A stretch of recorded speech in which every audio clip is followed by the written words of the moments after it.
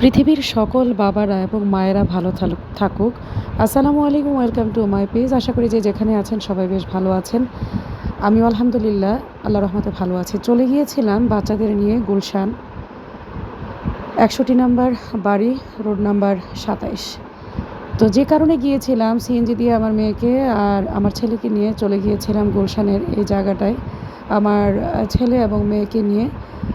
তার বাবা সুদূর প্রবাস থেকে তাদের জন্য কিছু খেলনা উপহার হিসেবে পাঠিয়েছে। আসলে ছেলে এবং মেয়ে দুজনই ওর বাবাকে অনেক অনেক মিস করে। আসলে বাবা যে পরম মমতায় বাহির থেকে অনেক ব্যস্ততা, অনেক কাজকর্ম শেষে যখন কোনো কিছু হাতে নিয়ে আসে ছেলে বা মেয়েদের এবং স্ত্রীদের হৃদয়টা, মনটা প্রশান্ত হয়ে যায়। আসলে এটা একটা বাবা যেমন বটবৃক্ষ, আমিও একজনের সন্তান। আমারও বাবা ছিলেন এবং বাবা যে কী জিনিস এটা আমি এখন বুঝতে পারতেছি, উপলব্ধি করতে পেরেছি। কারণ আমার বাবা পৃথিবীতে নেই, কিন্তু আমার ছেলে মেয়েরাও তার বাবাকে খুব মিস করে এবং প্রতিটা মুহূর্তেই তার বাবার কথা স্মরণ করে, তার বাবাকে অনেক ভালোবাসে। তো আমি পার্সেলগুলি বুঝে নিচ্ছিলাম, টাকা ক্যাশ কাউন্টারে দিয়ে দিচ্ছিলাম। এই যে আমার ছেলে খুব ডান্স করতেছে, সে খুব এক্সাইটেড। চলে এসেছিলাম বাসায়, পার্সেলগুলি দেখব, এত ভালোবেসে তার ছেলে মেয়ের জন্য সে দিয়েছে। আমি বারবারই বলেছি আপনাকে এসব পাঠাতে হবে না, কারণ অনেক কস্টিং। ইউএসএ থেকে কোনো কিছু পাঠাতে হলে পার কেজিতে 2800 টাকা বা প্রায় 3000 প্লাস দিতে হয়। তো এখানে দেখা গেছে যে প্রত্যেকটা প্রোডাক্ট $2, $3, $5-এরও আছে, $6-এরও আছে। আসলে আমাদের বাংলাদেশে এই সমস্ত প্রোডাক্ট অ্যাভেলেবেল পাওয়া যায়। উনি প্রায় 35,000 টাকার মতো খরচ করে এই জিনিসপত্র পাঠিয়েছে। ওয়াটার গান পাঠিয়েছে ছেলে মেয়ের জন্য, আরও অনেক রকমের খেলনা। এই যে আমার ছেলের মাথায় যে টুপিটা দেখতে পাচ্ছেন, এটাও তার বাবা পাঠিয়েছে। ছেলে মাদ্রাসায় পড়ে, তার ছেলের জন্য সে গিফট করেছে। আসলে বাবারা যারা দূরে থাকে তাদের ছেলে মেয়ের জন্য, তাদের কলিজা, বা তাদের বাবা মা যারা থাকে বয়স্ক, তাদের জন্য তাদের কলিজা, হৃদয়, মন সব সময় হাহাকার করে। এই হাহাকারটা পৃথিবীর সকল প্রবাসী যারা ভাইরা আছে বা স্বামীরা থাকে বা বাবারা যারা থাকে, অনেকের ভাই থাকে, তারাই কেবল বোঝে। এর শূন্যতাটা আসলে ফিল আপ করা যায় না। তো প্রবাস জীবন অনেক কষ্টের জীবন, কারণ আপনজন, আত্মীয় স্বজন, ছেলে মেয়ে, সকল ভালোবাসার মানুষকে রেখে দূরে থাকতে হয়। আর প্রবাস জীবন পরিশ্রমের জীবন। তো আমি নিষেধ করা পরেও উনি শোনেনি, বলল যে আমার ছেলে মেয়ে এখনও ছোট, আমি ওদের জন্য না পাঠালে ওদের জন্য পাঠাবেটা কি, ওরা একটু খেলনা দিয়ে খেলবে। হ্যাঁ, ওদের তো খেলার বয়স চলে যাচ্ছে, আর এখন বাচ্চারা খেলবেই কি, সারাক্ষণ ওরা সময় 3বার ওদের বাইরে যাওয়া লাগে পড়াশোনার জন্য। বাসায় যখন আসে ওরা একটু খেলাধুলা যেটাই করে, ওরা আসলে মোবাইল নিয়েই ব্যস্ত হয়ে যায়। এখন এই যুগের ছেলেমেয়েরা মোবাইল নিয়েই বেশি ব্যস্ত থাকে। তো আমি ভয়েস দিচ্ছি আর আপনারা দেখে নেবেন কী কী পাঠাচ্ছি। মেয়ের জন্য লিপ গ্লোস পাঠিয়েছে, নানান ধরনের খেলনা পাঠিয়েছে, লাইট লাইট খেলনা, ওয়াটার গান পাঠিয়েছে, অনেক রকমের পুতুল পাঠিয়েছে, চকলেট পাঠিয়েছে, খেজুর পাঠিয়েছে, জায়নামাজ পাঠিয়েছে, তারপরে বিভিন্ন রকম ওটস পাঠিয়েছে, এই যে ফেরারো চকলেটগুলো পাঠিয়েছে, তারপরে কিটক্যাট, অনেক ধরনের জিনিসপত্র পাঠিয়েছে, খেলনা গড়ি পাঠিয়েছে। আসলে ছেলে মেয়ে এই খেলনা দেখে, তারপরে পাজেল পাঠিয়েছে কিছু, তারা খুবই আনন্দিত। আসলে বাবারাই কেবল পারে ছেলে মেয়েদের এই আনন্দ দিতে। কিন্তু দিনটা চেঞ্জ হয়ে যাচ্ছে, বাবা এবং মায়েরা প্রত্যেকটা সন্তানকে তিলে তিলে ছোট থেকে বড় করে, কিন্তু মেয়ে যখন বড় হয়ে যায়, তখন বাবা মার কথা অনেক সময় গ্রাহ্য করে, আবার অনেক সময় অগ্রাহ্য করে। এবং একটা সময় তারা যখন অগ্রজ হয়ে যায়, বয়স্ক হয়ে যায়, তখন ছেলে মেয়েরা সিদ্ধান্ত বিভিন্ন রকমের নেয় এবং বাবা মাকে দূরে ঠেলে দেয়। তো আল্লাহ যেন আমাদের প্রত্যেকটা ঘরেই চক্ষু শীতল সন্তান দান করে, এবং বয়স্ক বাবা মাকে যেন সবাই প্রপার মূল্যায়ন এবং যত্ন করতে পারে। কারণ বাবা মা হোক, আমার বাবা মা, আবার আমার স্বামীরও বাবা মা আছে, আমার শ্বশুর শাশুড়ি হলেও তার বাবা মা, তাদেরকে প্রপার মূল্যায়ন করা, যত্ন করা, স্বামীর ভালোবাসা এবং আল্লাহর সন্তুষ্টির জন্য তাদেরকে ভালোবাসা। মানুষকে ভালোবাসলে আল্লাহ তাকে ভালোবাসবে। কোনো শ্বশুর শাশুড়িও কিন্তু বাবা মার বাহিরে না। কোনো শ্বশুর শাশুড়ি এবং মা বাবা কেউ যেন বয়স্ক হয়ে বৃদ্ধাশ্রমে না যায়, এবং ভালোবাসা এবং সম্মান এবং ইজ্জতের সাথে যেন থাকে, এবং তাদের কথার মূল্যায়ন করা, তাদের চাহিদার মূল্যায়ন করা, এই মূল্যায়ন করাটা প্রত্যেকটা ছেলে মেয়েকে ছোটোবেলা থেকেই শিক্ষা দিতে হয়। আসলে ছেলে মেয়েরা যখন বিবাহ করে ফেলে তখন বাবা মা এমনিতেই পর হয়ে যায়। আর আমাদের এই বাংলাদেশের সমাজ ব্যবস্থায় মেয়েরা বা ছেলেরা যখন বিয়ে করে, বিশেষত ছেলেরা ছেলের বউরা বাবা মাকে আলাদা করে দেয়, মানে শ্বশুর শাশুড়িকে তারা অ্যাকসেপ্ট করতে পারে না, তাদেরকে বোঝা মনে করে, তাদেরকে শত্রু মনে করে, তাদের কথা ভালো লাগে না, তাদের ওঠা বসা শোয়া খাওয়া চলা কথাবার্তা কোনো কিছুই তাদের ভালো লাগে না। আমি মনে করব বোনেরা আমার যারা আছো তোমরা, হ্যাঁ, তোমরাও একদিন শাশুড়ি হবা। হ্যাঁ, তোমরা শ্বশুর শাশুড়িকে, নিজের বাবা মাকে যারা জীবিত আছে তাদেরকে সঠিক যত্নটা করো। যখন তারা চলে যাবে, স্বামী স্বামীকে তারা গর্ভে ধরেছে আপনার বা আমার, হ্যাঁ, তাদেরকে তো যত্নটা সেভাবেই করতে হবে, তিলে তিলে করে। হ্যাঁ, তারা গর্ভে রেখে ছোট থেকে বড় করে মা বাবা ভালোটা না খেয়ে সন্তানকে খাওয়ায়। আমার বাবা মাও আমাদের নিজে না খেয়ে ভালোটা আমাদেরকে খাইয়েছে। আসলে সন্তানগুলি কেমন জানি এখন হয়ে যাচ্ছে ইট পাথরের শহরে। আর এই শহরে সবাই কেন জানি একা থাকতে চায়। তো আসলে যারা একা থাকতে চায়, নিয়তির পরিহাসে তারা একটা সময় এমন একা হয়ে যায়, তারা তাদের সন্তান, তাদের আত্মীয় স্বজন, তারা কাউকে পায় না। হ্যাঁ, দিন শেষে তারা উপলব্ধি করতে পারে যে আসলে আমাদের অন্যায়ের ফল হচ্ছে এটা। তো আল্লাহ পাক সবাইকে এইরকম পরিস্থিতি থেকে হেফাজত করুন। 1 প্যাকেট রোস্টেড বাদাম পাঠিয়েছিল আমার জন্য আর আমার শাশুড়ির জন্য। ওটস পাঠিয়েছে, তারপরে খেজুর পাঠিয়েছে আমার জন্য, আমার পাশে বসিয়ে আমি এই বক্সটা ইনবক্স করছি, কারণ আমার হাজব্যান্ড তার সন্তানদের জন্য পাঠিয়েছে, তার মা দেখবে না, এটা তো হতে পারে না। আম্মাকে নিয়ে অর্থাৎ আমার শাশুড়ি মাকে নিয়েই আমি সব কিছু খুলে খুলে দেখাচ্ছিলাম যে আম্মা দেখেন এটা পাঠিয়েছে।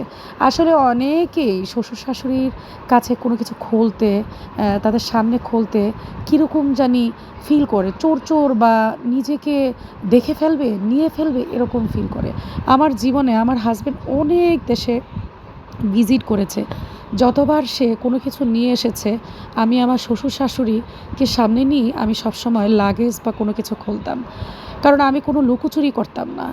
কারণ তারা দেখেও তো তাদের মনটা প্রশান্ত হবে, তাদেরকে একটু একটু দিব, তারা খাবে, তারা দেখবে। এবং আমার হাজব্যান্ডও এই বিষয়ে খুব কেয়ারিং এবং খেয়াল করে, এবং আমিও তার ব্যত্যয় বা অন্যটা বিপরীত কোনো কিছু ঘটাইনি কখনো আমার এই লাইফে।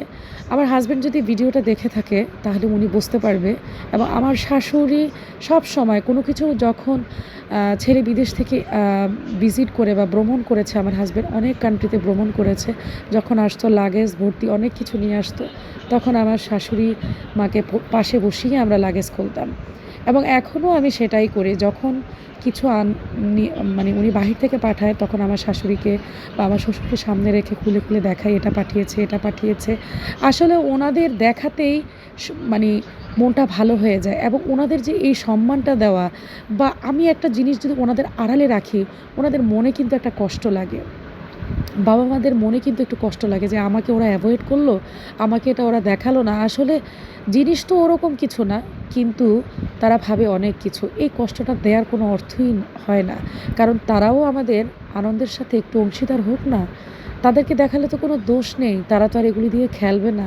তাদের খেলার বয়স চলে গেছে, তাদের এখন সময় দেওয়ার বয়স, আনন্দ দেওয়ার বয়স, এবং তাদেরকে নিয়ে সমস্ত কিছু ভাগাভাগি আনন্দটা, দুঃখটা, সমস্ত কিছুটা তাদের সাথে শেয়ার করা বা ভাগাভাগি করার বিষয়। আসলে ভাগাভাগি বলতে আপনারা এটা বুঝেন না যে ওই মেয়ে পালবে না, ওই ছেলে পালবে না, আমি পালবো কেন, আমি করব কেন। এটাই যারা করবেন তাদের জীবনেও এরকম পর্যায়ে চলে আসবে, ভাগাভাগির পর্যায়ে চলে যাবেন। আসলে বাবা মার জীবনটা বৃদ্ধ বয়সে অনেক কষ্টের। কেউই বাবা মাকে আর নিতে চায় না। বাবা মার পেশাবের গন্ধ, বাবা মার বসা, বাবা মার খাওয়া, বিশেষত শ্বশুর শাশুড়িদের খাওয়া বসা, এগুলি পছন্দ করে না ছেলের বউরা।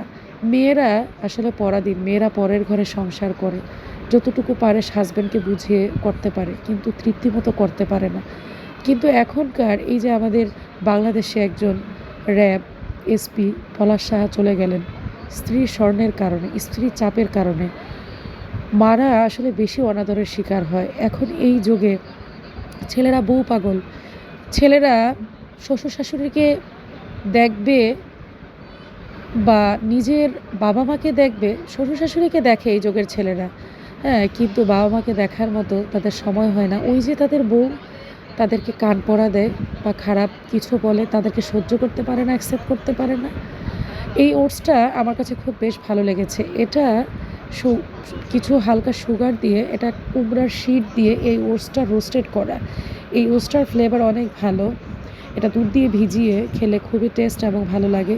মেয়ের জন্য অনেকগুলি আর্টিফিশিয়াল নেল পাঠিয়েছে। মেয়েটা নেল অনেক পছন্দ করে। আমি আসলে ফ্লোরে নিয়েছি, অনেকগুলা বেলুন পাঠিয়েছে।